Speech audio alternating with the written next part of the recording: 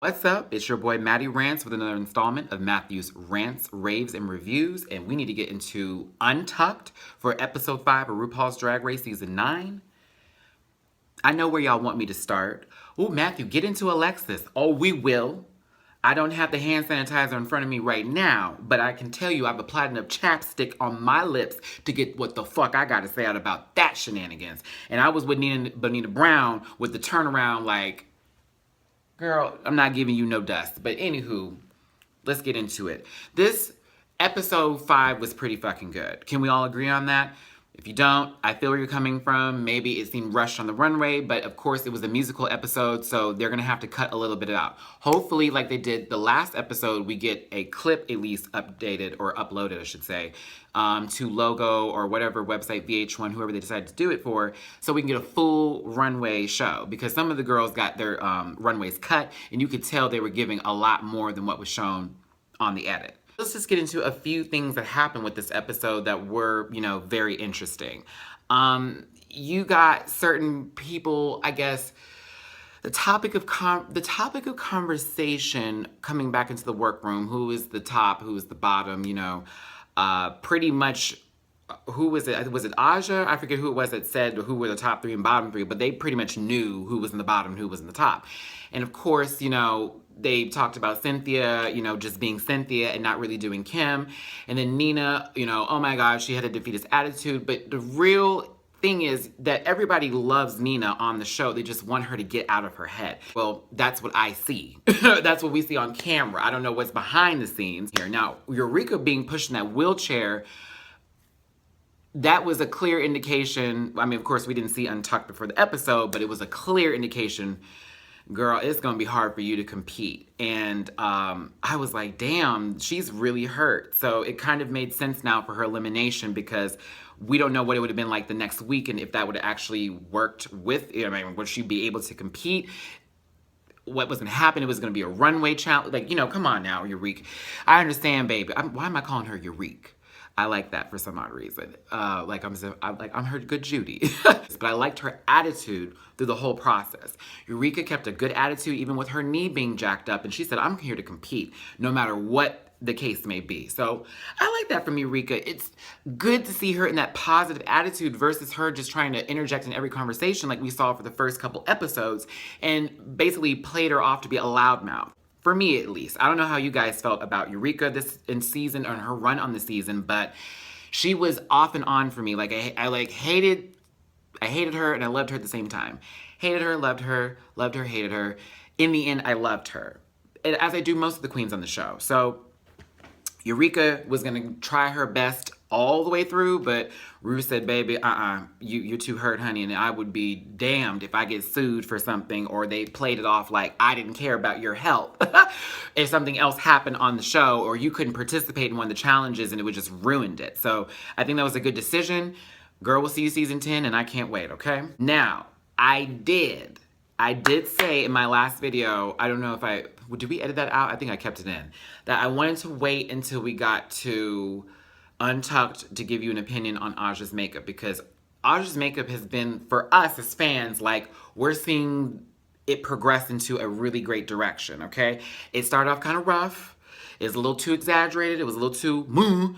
It was like, oh my God, all that type of shit. But now, this runway in particular, I said, okay, I like how it looks on the runway. I want to wait for Untucked. We get to Untucked. I get a close-up of the face. I like. I said, go ahead, Aja. She took the critiques seriously and applied it literally to her face, and it looks good. So go ahead, Aja. So let me just bring this up. When it comes to Bonita Brown and the defeatist attitude that she's carrying, we all remember Trinity K. Bonet in season 6. I hate to bring that up, but that was really how they played her storyline through all of season 6, that she complained about everything, was upset, and blamed everyone else for her problems. But golly, she pulled it together, and it took Bianca Del Rio to like almost sit her, like snap out of it, a Cher moment, okay? For her to like just pull it together, and then she herself was able to see that she is, come on, girl, just roll with the punches. And she slayed. I mean, Trinity slayed the whole season, let's just be real, regardless of her complaining. I'm like getting off of season 9. I have to talk about this real quick. I'm sorry. But she did slay the whole season. I don't care what y'all say. Her outfits, runway, everything was on point. When she lip synced, it was, you're going home. Adore winning that lip sync was just basically her lip syncing for the third time. Adore for the first time. Do the numbers. She had to go. But we were happy to see that. And I'm also happy to hear that Miss Trinity K. Bonet lives in Houston now. I hope I'm right in saying that. I think Jamardi Ford told me that. And that she actually does shows at Hamburger Mary's out here in Houston. So we have to support, right? Right. So if you love drag, support it, okay? But with Nina, I just, come on, girl, pull it together. Like, you just want her to just grab her and just shake her and be like, you're so worth it. Stop thinking you're not worth it. You're worth it, mama. You're worth it. But then we got the girls coming back who were top 3 and bottom 3. And of course, Pheromone is crying, very upset. You know, this was the one she want. This was her challenge. She set herself up for that. I love the Kardashians. I know everything about them, but you didn't deliver. So if Pheromone wants to stay in this competition, she's going to have to pull out a little bit more personality and get a little extra. Does that make sense? Like, be yourself, but you have to throw something else out there, because sometimes being you isn't always going to be the best TV, especially when you're on a reality show like this. So if Farrah wants to pull it together, girl, you got another chance by Eureka going home, because everyone was predicting for you to go home and for Cynthia to stay. Everybody. So will she leave the next episode, or will she stay longer? We shall see. And we also find out that Cynthia, Lee Fontaine, and Pheromone worked together in Austin. And Cynthia is the one that kind of gave her start with her having, I guess, what's the word? You know how the girls need the show time, and you need to, you know, can you book me on this show or this night? You know, Cynthia gave her start in Austin for that.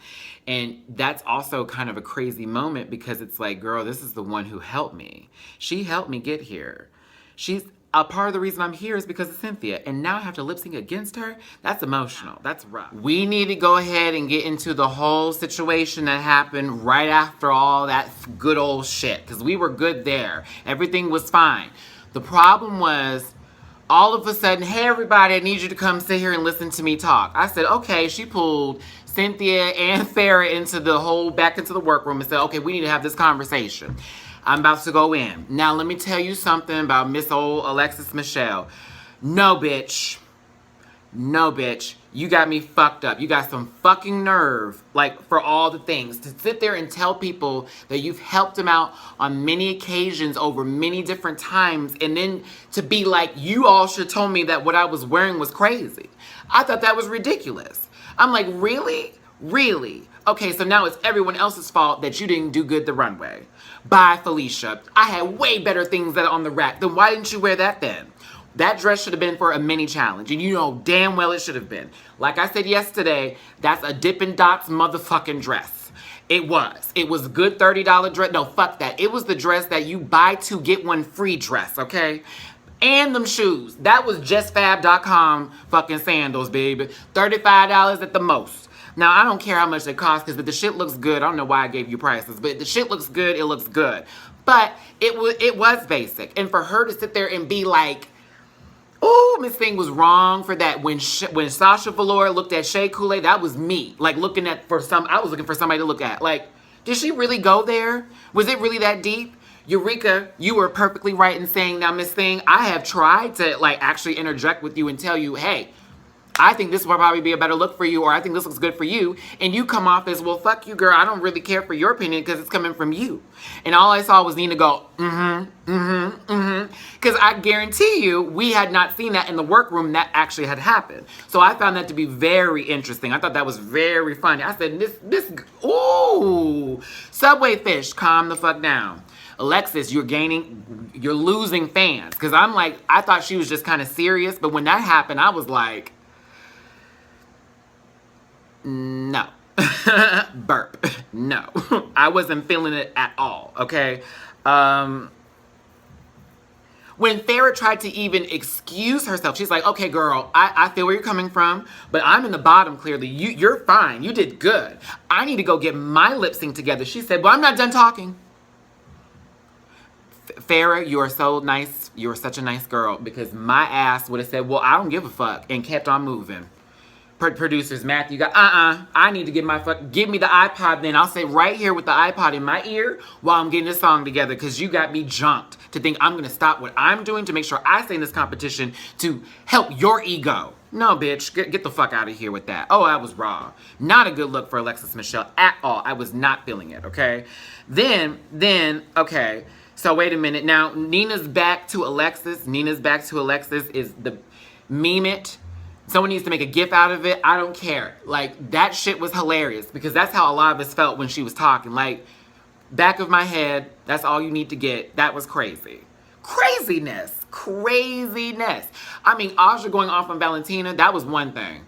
Like, that we could make a song out of. But that right there, that was some real bullshit. On real bullshit. I wasn't feeling it at all. And I liked Alexis Michelle. Y'all heard me talk about her many times. Like, I like Alexis Michelle.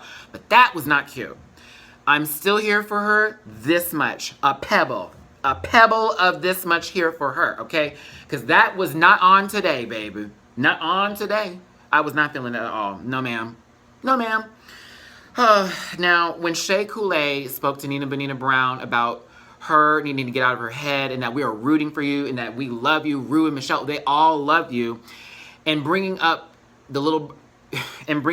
you know, children who are watching the show, especially children of color, who are looking up to Nina and Shea and Peppermint and anybody else of color, Valentina, etc., on the show, Simply Fontaine, you know, there are people who are paying attention, who are looking at you and really, you're an inspiration already. Shea's speech was perfection, and it shows Shea's maturity, okay? I loved it. I love seeing that from Shea. I love seeing Nina receive it and take it in, and I hope that it is applied into next week's chat. I really hope so, because I heard next week is going to be Snatch Game, and if it's Snatch Game, I'm hoping Nina does Jasmine Masters. Baby, it's going to be on and popping, okay? Now, Eureka broke the chair. I didn't realize there was a second one. I thought this shit was so funny. But Untucked was pretty good for the fact that we got to see Alexis kind of come out as being crazy Daisy.